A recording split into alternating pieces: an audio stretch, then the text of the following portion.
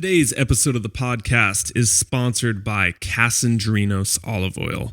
Kasandrinos Olive Oil specializes in selling the current year's harvest in olive crops, fresh pressed, direct to consumer. This is the freshest olive oil you will ever find in the United States. It's family-owned and single-sourced organic certified olive oil, comes from the orchards in Sparta, Greece, and all their olives are organic and pressed within 24 hours of being picked. It's certified Paleo, family and veteran-owned, and another cool thing is the transparency. All of Kasandrinos olive oils are sent through a chemical analysis, which is so pure it's posted on their website, and you can check it out. So head on over to kasandrinos.com and get your olive oil for your salads, your smoothies, whatever you put olive oil on in your life, and it will never be as fresh as this stuff. Again, that's kasandrinos.com, Kasandrinos.com, Kasandrinos.com, and get your olive oil today. My next guest lost 100 pounds by completely changing the way he ate. Now through his blog, Slim Palate, he teaches others how they can do the same with gluten-free, paleo-inspired recipes. Here with us today, Josh Weissman. Thanks for coming on, man. Yeah, thank you for having me. Good to have you. And before this, you were messing with the lighting, and that's really funny because I was going through your Instagram feed, and the one thing that stood out to me was how professional the photography is. And from what I understand, you do all that, correct? Yeah, I do all my own photography. Most of the photos that you're going to see on my Instagram are actually strictly from my iPhone. I don't typically post any photos from my DSLR on my Instagram, mainly because I try to keep a streamlined level of quality, I guess you could say. And, Instagram is meant to be from your phone. So that's sort of what I do. But yeah, I dabble in photography, but it's not, I never really studied it. It's really just been a little bit of a hobby of mine that I play around with. Yeah, it's really, really good, man. Because especially with food, that's the one thing I have a huge appreciation for. Because when I take a photo of my meal, it looks like garbage, even if it's a great meal. It looks disgusting. Well, to be fair, a lot of the time I think that I probably take a little longer than most people would want to in order to get the right shot. Of course, over time, the longer you do it, I've been doing it for almost 3.5 years now. And in the beginning, I was just like any other ordinary person taking a picture of their food. I didn't really think much about it. And then there came a lot of knowledge that I sort of learned along the way from studying what other people did. And it's second nature now, so I can do it more quickly. But for most people, if they were to try and copy my style of photography, and I don't mean this in like a conceited way, but they wouldn't be able to do it because I have a specific lighting style, and B, it would take them a lot longer because they need to like slow down and realize all the little steps that come along to creating that right photo. So without giving away the secret sauce, you don't have to tell us how you do it, but like if someone out there listening, they want better quality food photos, which I know is a funny place to start, but you might as well. What are some tips they can do to make their food photos pop out? Is there any like myths or red flags that we should avoid? In my opinion, I think the most important component to photography in any field is going to be lighting, of course. If it weren't for light, you wouldn't be able to see the food in the first place. So it's very important you choose the right kind of light. And I always recommend, before anything else, is natural light, natural window lighting coming from the sun. No overhead light. If it's nighttime, typically I just won't shoot. I won't take pictures of food at night. I just wait till the sun comes up, or I will occasionally use artificial lighting, but very rare cases. That's only if I'm really struggling to get a photo out on Instagram or something. Yeah. But yeah, definitely natural light. And then of course, take some time to style your food a little bit. Yeah. So if that means like one of the things that's very hard to style is like, beef stew. Like beef stew isn't necessarily, or any soup for that matter, that is like really one color. Because it kind of just looks like slop, like how are you supposed to make this look absolutely appetizing and beautiful? So you might need to layer some different components on it, like chopped parsley or herbs or whatever. For contrasting. Yeah. So garnishing and then of course lighting. Okay. Well, those are good tips to start it off. But you weren't always the guy into food photography. I know you have a pretty intense story, and that's really important to kind of, know why you're so passionate about what you're doing with Slim Palette and everything else going on. Yeah, absolutely. What was that like? Can you walk us through it a little bit? Yeah. So let's see. I guess I'll start from the beginning. So for as long as I can remember, prior to my sophomore year in high school, I was pretty much overweight my entire young life in school. So from age, I don't know, probably 6 to 15, which is a pretty large age gap. I was overweight, and I was constantly ridiculed at school and harassed all the time, naturally. And this was before, I don't know if you've seen any of this, before any of the anti-bullying ads. They do, or the anti-bullying rallies and all that. They didn't really have that when I was going through this. It was a thing, but it wasn't as prominent as it is now. But so it was a huge issue. It was happening every day. I actually ate almost my whole school career. I ate lunch in my mom's car, and it was because I knew what was waiting for me, and it came to a point where it was just like bringing me down as a person, and I just couldn't take it. So I just ate lunch in my mom's car, of course. And so that was pretty much my ultimate worst, was that I was just depressed and getting made fun of, and everything was not good. I let that go on for quite a while until it started to affect my health. And then I sort of realized, okay, well, this is not just something that's going to bother me mentally, but this is something that could actually pose a health threat to me in the future. And at first I ignored that. And then there was a moment where I was going, and I use this story often, but there was a moment that I was going up the stairs and I got winded on like the third step, and I stopped myself and I was like, okay, I think it was 12 or something when that happened. I'm like, I'm 12 years old and I can't climb the stairs without getting winded. Like I should be running around in circles right now. And so that was the monumental moment that sort of I had that switch in my mind. Oh. And it just happened after that. I tried and failed for about 3 years. So for anyone out there who is trying to lose weight and is struggling to lose weight, at least know that for 3 years straight, I kept trying and failing and trying and failing for 3 years consistently. I tried everything in the book. I tried all of the different diets. I'm not going to name any specifically, but I tried all of the top names in dieting and diet pills, and none of that worked. And eventually, after 3 years of failing, I just sort of sat myself down. I'm like, well, I'm just going to eat real food. I'm sick of trying to cut corners, and I'm sick of trying to look at fancy ways that have been told to me by WebMD to lose weight, and I'm just going to eat real food. I'm going to sit myself down at dinner, and I'm going to cook everything that I make. And I'm going to make sure that it's organic, it's properly raised, it's properly grown, and above all, I want to start going to farmers markets and start buying locally. And that's it. That's all I did. And I exercised 3 times a week. And then I started losing weight quite quickly, especially with the metabolism of a young boy. It was pretty easy to lose the weight. And then I discovered paleo, and then that sort of like boosted me the rest of the way. And eventually, I lost more than 100 pounds at age 16. And that was sort of when I hit the over 100 pound mark then. And so then my blog was started, slimpalette.com. And I really started that thinking that nothing was going to happen. But it actually ended up blowing up pretty quickly. And I think mainly because of my story, honestly. But I did it because I wanted to inspire people and get people cooking and share my recipes. Yeah, it's really fascinating about losing weight, and especially such a big number, like triple digit figures with 100 pounds. Yeah. But I like what you said about the frustration of trial and error after 3 years of, trying to lose weight and whatever. And we have a lot of people on this call who are maybe frustrated because they've tried diets in the past and they just haven't lost weight. And it's kind of what popped into my mind was kind of like the facts on starting a business, and that successful entrepreneurs, it takes them 2 or 3 times of failure, their complete business, and then on the third one, they finally hit it. And it's that learning process.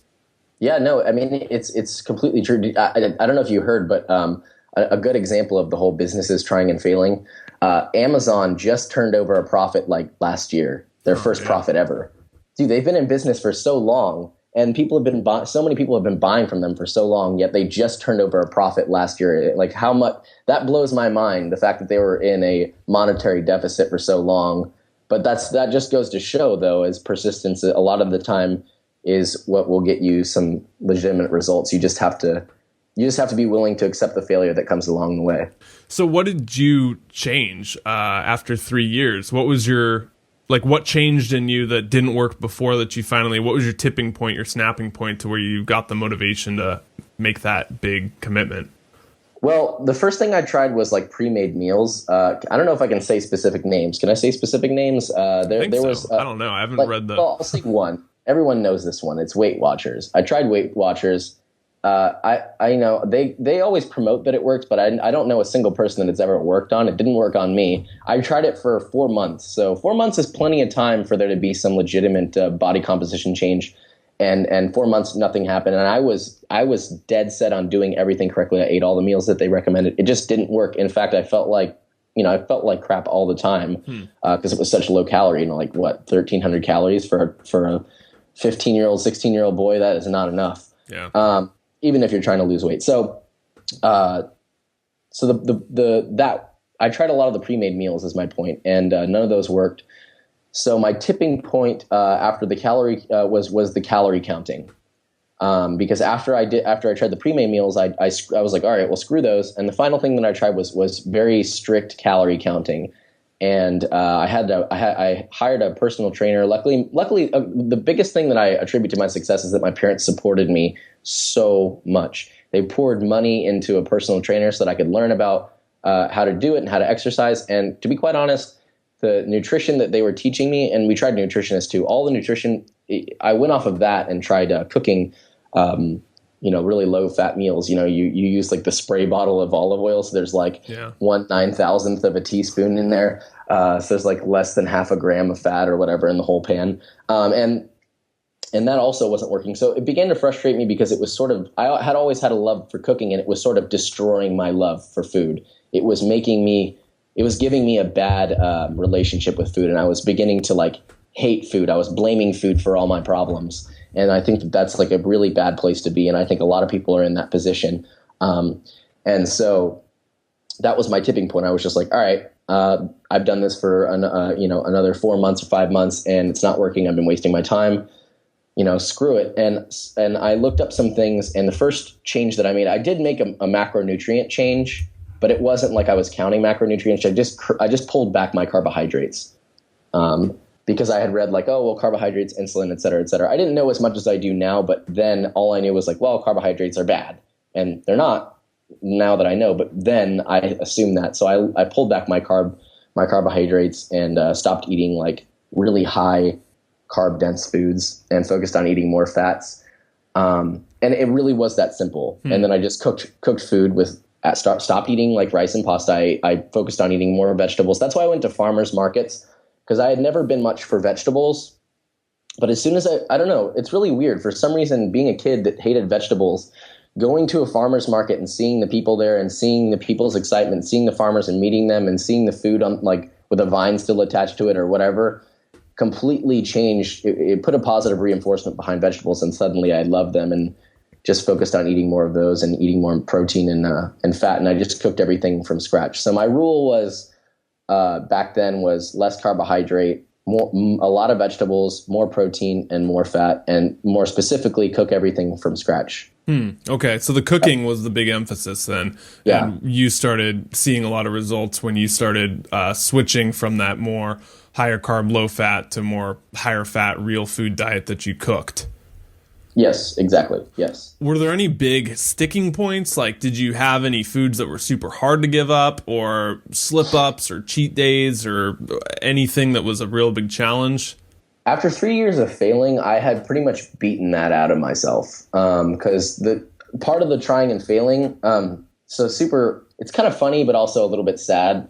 But it goes to show how addictive sugar is. When I was dieting with one of these nutritionists, they told me what to eat. And I went to 3 different nutritionists. This was the very first nutritionist I had ever seen. This was my first time legitimately giving up lots of foods. I gave up a lot of things all at once. And so what I did was I would, I'd eat the diet that they told me to eat. But whenever we were at the supermarket, I would slip in like a Butterfinger or something in my mom's groceries, and she would pay for it unknowingly, and then I'd hide it in my pocket and I'd go eat it later. Like it's kind of funny. Like I laugh at it now, but looking back at it, like that's a little bit ridiculous. Looking at, if you take a step back and look at the entire thing from a subjective standpoint. And I was that addicted to it, though. I was that addicted to it. It was like a drug. I needed to get my Butterfinger fix. And so after going through that and overcoming that, once I got to the point where I was sitting myself down and I was like, I'm just going to do this, I had already sort of beaten all those thoughts out of me in a way. I already pushed them out of my mind. It wasn't really a thought because I had already gone through it. So it was very much, I sort of went cold turkey, but then again, it was like, after 3 years of trying and failing, it's quite easy to just, turn it off and just do it after you have failed so many times. Well, what I'm hearing too is like with the cooking and with the motivation, that snapping point of 3 years trial and error, and it sounds like a lot of education. Like you started learning a lot more, and that helped the process too, and maybe was the distinguishing factor between the first 3 years and this 100-pound weight loss, because a lot of people out there, when they start getting educated and they start learning about whether it be factory farming or organic food or high fat or why low fat is wrong or whatever, they have more motivation behind it, and it's in the learning they find that. Yeah, no, that's exactly that. I think that is definitely attributed to it. It was the combination of putting myself through the process of, well, I've already gone through the failures that I needed to face, and I had the information that I needed to be equipped with to make that switch. And so when I did it, even though nothing like this is ever linear, of course, just like business is never linear, like you said before, but the process of going through all that, rough terrain for a couple of years, when it did come to make the switch, it just sort of fell into place really beautifully. Everything just sort of landed where it needed to land. And it from that point on, I continuously lost weight up until a certain point, and then I was just there and I kept it off. Yeah. So it worked out quite well, I think, even despite the 3 years. Yeah. And the people, they might say, oh, it was easy for Josh to do it because he was a growing boy, and his body was working for him. But I'm a 35-year-old or 55-year-old postmenopausal woman. Like, there are differences, obviously, but the same principles are true. It's when you strip it down, cut the crap, get back to real food, and then that's the foundation. And then you got to do individual testing, and hormones are another factor. But simplest form is kind of what you did. That's the baseline. Yeah, no, I agree. And in response to somebody, I have had people say that to me, like, well, what am I supposed to do? You had so many things in favor. And it's like, well, yes, I agree. I did have, the fact that I was younger, I had that in my favor. I did. But then again, at that point, it could come down to as simple as just a difference in dietary choice. They will have to eat a different diet than I did. But at the same time, another thing that I would have as a rebuttal to that is also, I was eating the same things that my friends were, and I was just as active as my friends were, and I still got fat. So, I mean, it's just like, at the same time, I don't really know where I was metabolic wise, but I was definitely not in the same metabolic state as my friends. And then on top of that, I didn't get to be a kid as much as everybody else. And I kind of got that taken away from me. And so a lot of the time I had to, sit down with my different food in the cafeteria while everyone else ate the same thing, and I was the oddball out. And so sometimes that was a little bit of a challenge. But everybody is going to have a different battle with whatever it may be. And I think that everyone has a solution, though. It's just a dietary choice. Yeah, and everybody's different. What kind of resources were you learning from? What were some of your favorite either blogs or books, or where did you get most of your information making that change?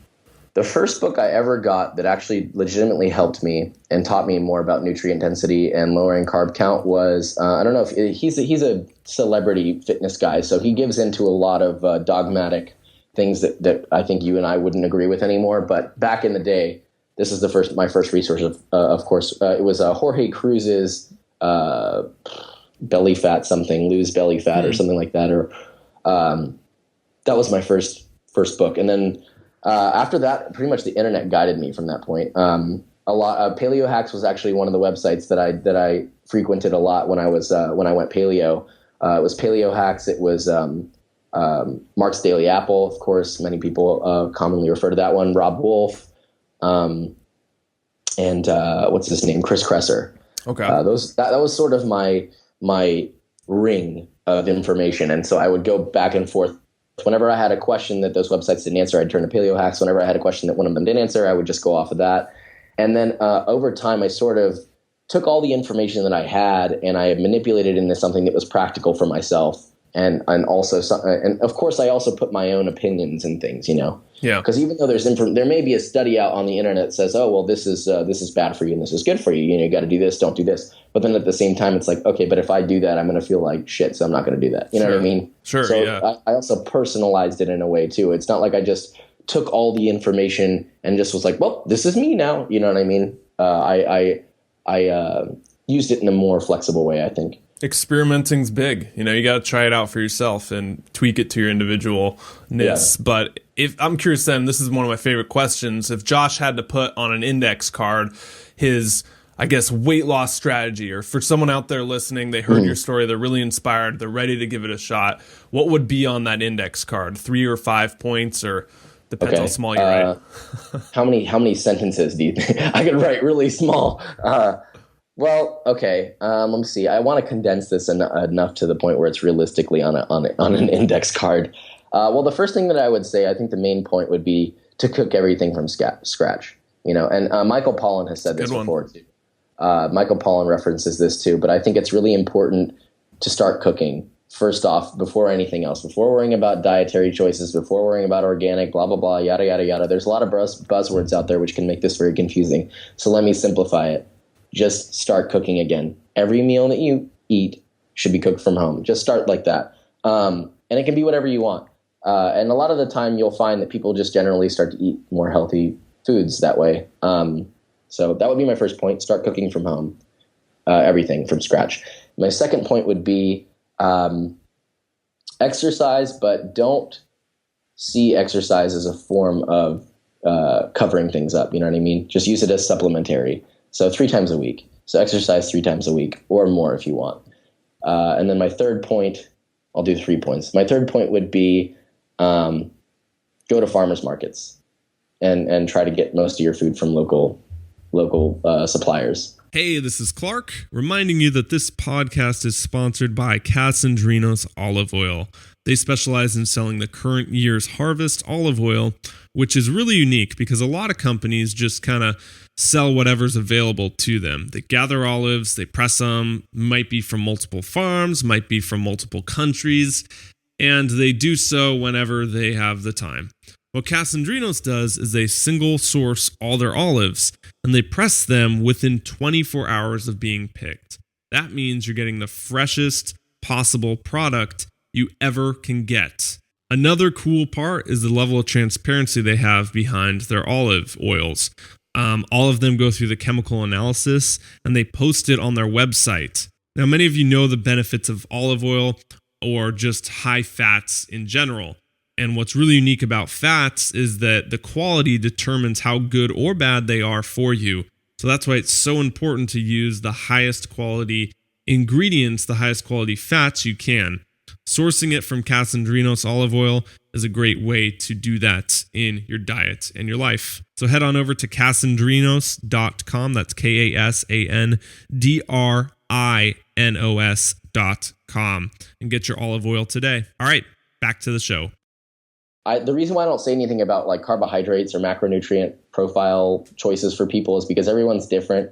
And I don't want to be like, well, don't eat carbs or don't eat this or whatever.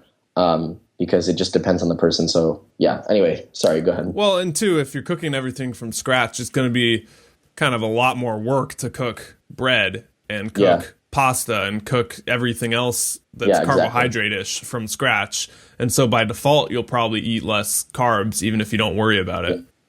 No, yeah, completely. You'll probably end up eating, if you are, usually calories aren't the biggest issue with a lot of people, but you'll probably end up eating less calories too. So, I mean, not that I'm giving into the calories in, calories out myth or whatever. I'm just saying that sure.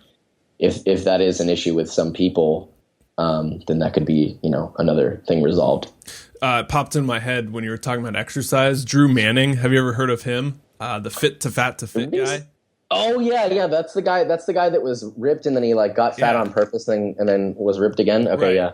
Yeah, he was on the show about 2 months ago, and he was talking about his journey about gaining 76 pounds in, I think 24 weeks, Of so fat? 6 months. Yeah, so he went from, he was this really ripped trainer, and he didn't understand why his clients, it was so hard for them to lose the weight. So in order to empathize or sympathize with them better, he gained 76 pounds in 6 months, and then he lost it all live, documenting the whole process. But why I'm bringing it up is because he said for the first, I think, 3 months of when he was losing the 76 pounds, he said no exercise, just diet, because I wanted to show that you can lose weight without exercise, and that sometimes exercising is detrimental because you think you can eat more food or junk food, or you actually burn through sugar, so now you crave it more. You might crave more carbohydrates based on the exercise you do. So it was just really fascinating to hear his reasoning behind why he didn't exercise in order to lose weight. That's crazy. That must have been a really interesting experience. Yeah, for him. Going the opposite route. Yeah, that's ballsy. That's crazy. Yeah, he got a lot of flack for it though, because people were like, "Oh, you don't know what it's actually like to be overweight. You just did it for show." But I mean, he was a really genuine guy. He was on the show and he was talking about it, and he was very upfront with like, "Yeah, I don't know 100% what it's like to be overweight my whole life, but at least I got a little glimpse for 6 months into what some people might be struggling with." So he gained 76 pounds in how long? I think 6 months. So really? Yeah, it was pretty. That's really fast. Yeah, it was. He had a good time doing it. That must have been a good time. Yeah, I was like, Drew, did he lose it all in 6 months too? Yep. So he went up and then down. I mean, his Fitbit chart for the weight goals was a giant mountain for a year. Really? That's crazy. Okay, that's interesting. Yeah, it was a good story. That's pretty fast. Not bad. Yeah. And he kept his mass? He did. Yeah, he kept his size. He was a personal trainer, and so he got it all back and everything, which I think, there's probably a set point. Everyone has a genetic set point of where their body naturally wants to stay. Like for me, 185 is where I naturally stay at, and if I want to be thinner or leaner, I have to really work hard to drop below that. But on the other end, I don't go above 185, and I can pretty much eat whatever I want and stay there. So it's kind of like maybe with him there was some set point with he's been muscular for so long that it was easier for him to lose the weight and return back down. But nevertheless, fascinating guy. Yeah.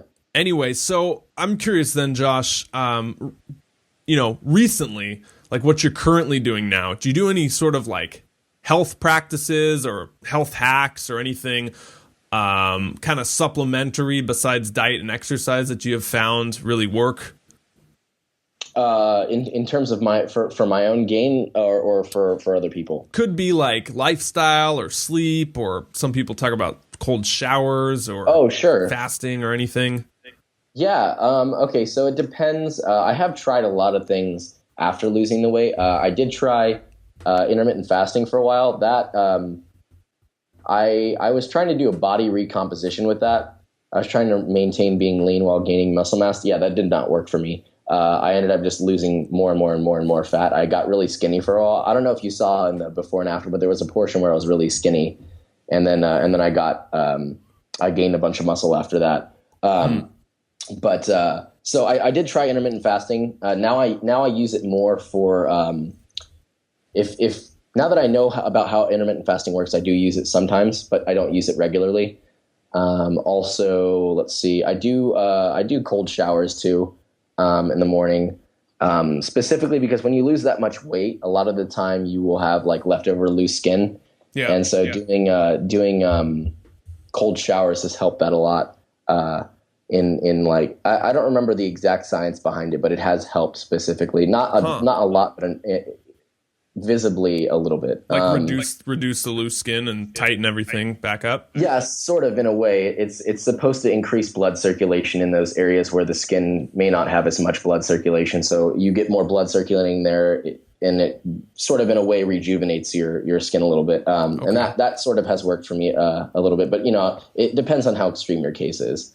And, and I do that. And then I also do if I'm trying to get if I'm trying to bulk up, a lot of the time I'll calorie and carb backload. So I'll just eat the majority of my calories and carbs at the end of the day to minimize my fat gains whenever I'm bulking. Yeah. And so those are pretty much my only tricks. I try to keep things pretty genuine. I haven't. I still dabble in some stuff, but right now I'm not doing too many crazy biohacking or body hacks or anything like that. Yeah, it seems like it can be sort of a distraction to a certain extent with like the supplements and the hacks and just everything crazy that you can get going on, and you lose sight of that index card that we were talking about earlier. Yeah, exactly. No, I completely agree with when I was really crazy into biohacking and body hacking and intermittent fasting and calorie backloading, carb backloading, and nutrient partitioning and timing and blah, blah, blah, blah, all these crazy buzzwords. I was doing so many things all at once. That's what screwed me over when I got too skinny. And the thing that really helped me gain muscle mass and bulk up was just to eat more food. Literally just change my workout regimen to something that was more advantageous to muscle mass gaining. So something more geared towards lower weight, higher repetition. I can't remember what it's called for some reason now. Whenever you're lowering your weight slowly. Eccentric. Is that it? Yeah. And so I'll do like slower eccentric movements and stuff like that. And then I'll just simply eat more calories. I'll eat more everything. This is not a super paleo thing to do, but I did it with raw milk when I was when I was bulking, because at my thinnest, when I was 18, I weighed, or was it 17? Between 17 and 18, I weighed. I'm 6'1", by the way. Between 17 and 18, I weighed 135. Now I weigh 205. And I'm 20 now, and I weigh 205, and I'm 6'1", and like I'm pretty decently lean. Not like 7% body fat, but I'm decently lean at 205. And I got there by just eating I was eating like 6,000 calories a day. I was eating a ton.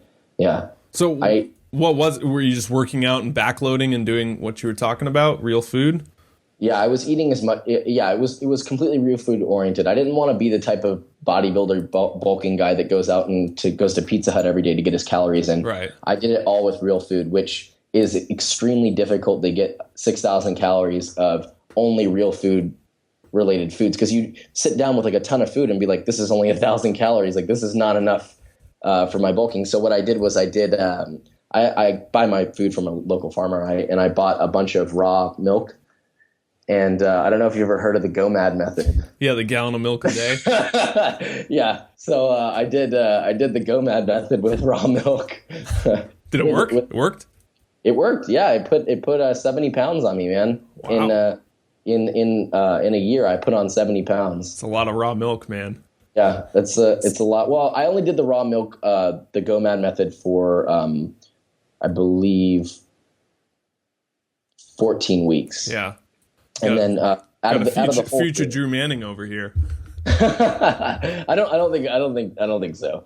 But for 14 weeks, 12 to 14 weeks, I did the GOMAD method. Yeah. And then the remainder of the year, I just ate a surplus of calories, which was like probably 4,000 or so in real food. So, but you do have to eat a lot. I would sit down, and I sort of had to completely change my mindset from being like, well, I have to be careful to what I eat, to I have to sit down and I need to eat 6 cups of this is sort of a gray area for paleo, but I did 6 cups of cooked white rice, half a cup of butter on there. Oh, how dare you? You ate rice? Yeah, I know, right? How dare I?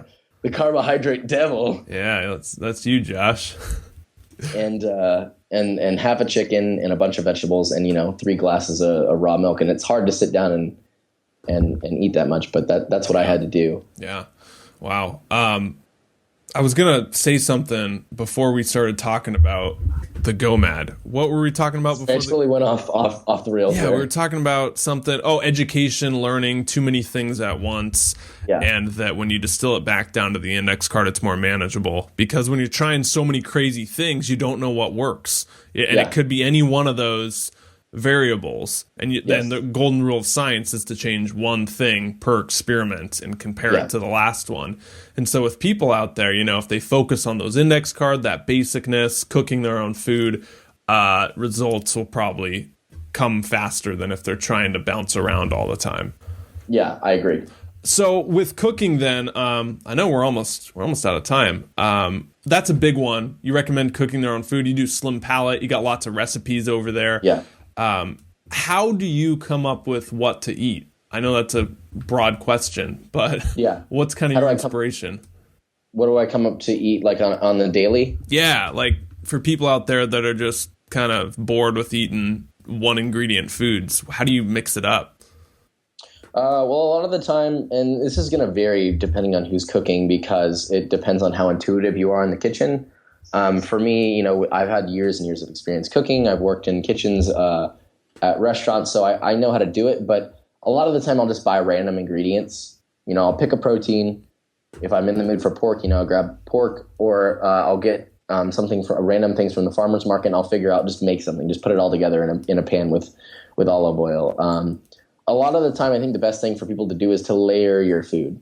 Layer it. So like first separate everything out, because it's already very confusing just being like, well, here's a dish with rosemary, roasted potatoes, and blah, blah, blah, blah, blah. And it's all like considered one thing. But the reality is that there's multiple components to that meal. So just layer your food and make it a little more orderly. So be like, all right, well, you have, say you could have your, I don't know, if you do potatoes, then you could do like a mix of sweet potatoes and regular potatoes. That'll be one portion on the side, and then have like a leafy green or some sort of vegetable, and then pick a protein. And then all of those three components you can customize however you want. So, you know, if you have your vegetables, you don't always have to saute them. You don't always have to roast them. You can do anything with them. You know, you can make it into a soup. You could just pick the essential bits, so the three components, and then pick a cooking method for each one, and then just mix and match, you know. That's what I've always done. Okay. So thinking of things as individual versus one giant conglomerate meal that has to all be prepped at once. Right. Correct. When people come up to you and they say, Josh, I can't cook. I'm not very confident in my skills. But I want to get better. You know, I know cooking is a big part of that index card. Where do you tell them to start? How do they get into cooking? Well, I tell them to buy my book usually. No. Well, typically the best thing for people who don't know how to cook, honestly, is to just, I feel like, and I don't know for sure, but I feel like a lot of the people who are saying that haven't tried enough, because it's not as hard as it looks. I know people who are like, oh, well, I just can't cook. Like, I just can't do it. It's like, I've been to your house several times. I've never seen you cook a meal in your life. So I don't really know how many times you're actually testing whether or not you can cook, you know? Yeah. And I know there are mistakes to be made when cooking, but if you have a list of instructions in front of you, if you follow those lists of instructions exactly the way they are told, you know, take the pan, put it on the fire, turn the fire to medium, put a tablespoon of coconut oil in there and let it melt, and then pour your vegetables in there. You know what I mean? It's not rocket science. It's really paying not. your taxes is harder than following a recipe. Yeah, exactly. Yeah, so everyone's capable of paying their taxes, therefore you can cook because you did it well enough to not get the government knocking on your door or something. Yeah, and also one of the things I think I forgot to say was cooking is sort of a part of what makes us human, you know? If it was not for cooking, I mean, it really is. There's there's no other animal that cooks their food. So, I mean, that's sort of part of our DNA. If we couldn't cook, we would not survive. So I would hope that you'd be able to find a way to cook. And I think the main point there is, if you really can't figure it out by doing it intuitively, then the first thing to do is to find a cookbook you like, or find a recipe online and cook it exactly to the dot, like it says. And I think that you will be surprised to find out that you can cook. Yeah. I like that, man. I think it's important it gives you back a sense of, for me, like control over yourself and your environment and your surrounding and confidence. And when you know how to do it, at least now if you're choosing not to, like you're paying someone else to, or maybe you're in a position of where you can get pre-made meals or whatever your method of choice is, at least you know you still can. You have the underlying knowledge. Man, we're almost out of time, but Slim Palate is there any recipes people should start with over there? Like, are there any fan favorites, Josh? Ooh, fan favorites. One that I get complimented on a lot is the pork chops in my book. They're pan roasted pork chops with lemon, sage, and like this special spice blend. They're really simple. You just like pan fry them in like bacon fat or whatever your choice of cooking fat is, and you coat them in a spice, and they're finished with lemon and sage, and those are pretty good. And then also I have there's a couple on my blog, cauliflower tortillas on my blog. Their tortillas basically, that's actually my number one famous recipe on my blog. But they're tortilla shaped, things. You can fill them with whatever you want and use them as tortillas or use them as flatbread, and they're made with cauliflower. As a lot of people know who that's are creative, already, man. Thanks. Yeah, that's really as a lot creative. of people who are already in paleo, they know that cauliflower is sort of like the magic vegetable that you can turn into like pizza and like rice and whatnot. So that's sort of what inspired that, was that everyone was turning it into these other things. So those are two good recipes that people can work off of. And then I for some reason I can't think of many off the top of my head. I have a lot of decent healthy desserts on my blog that are lower in sugar and all that, if people get a sweet craving, because I know, we're all human. We're all going to get a craving for something sweet at some point. So Josh, at the end of the show, our closing question, what's been the biggest lesson you've learned in 2016 so far? Can be about food. Just 2016. Can be about life. Can be about anything you want. The biggest lesson. Biggest lesson in 2016. That's a big question. I know. It's a big one. The biggest lesson that I learned, I learned how to manage my money the hard way since I moved out of my parents' house not long ago, about 6 months ago. So that was I learned it in hands-on, if that makes sense. Yeah, absolutely. Yeah, it gets real. yeah. It's just like, oh, I didn't know that you could spend that much money on food. Yeah, absolutely, man. Well, cool, Josh. Slim Palate, is that the best place for people to go and find out you and what you're doing? Yeah. They can find me on slimpalate.com. I'm usually pretty active on my Instagram, which is actually not my Instagram's not my handle on there is not my not Slim Palate. My handle is Joshua Weissman. It's at JOSHUAWEISSMAN. I need to find a way to shorten that. So that's my Instagram handle, and then everything else is under Slim Palate. So okay. Twitter and Facebook and my website. Awesome, Josh. Thanks so much for coming on, man. Till next time. Absolutely. We'll be in touch. Sweet. Thank you so much for having me. All right, Paleo Hackers.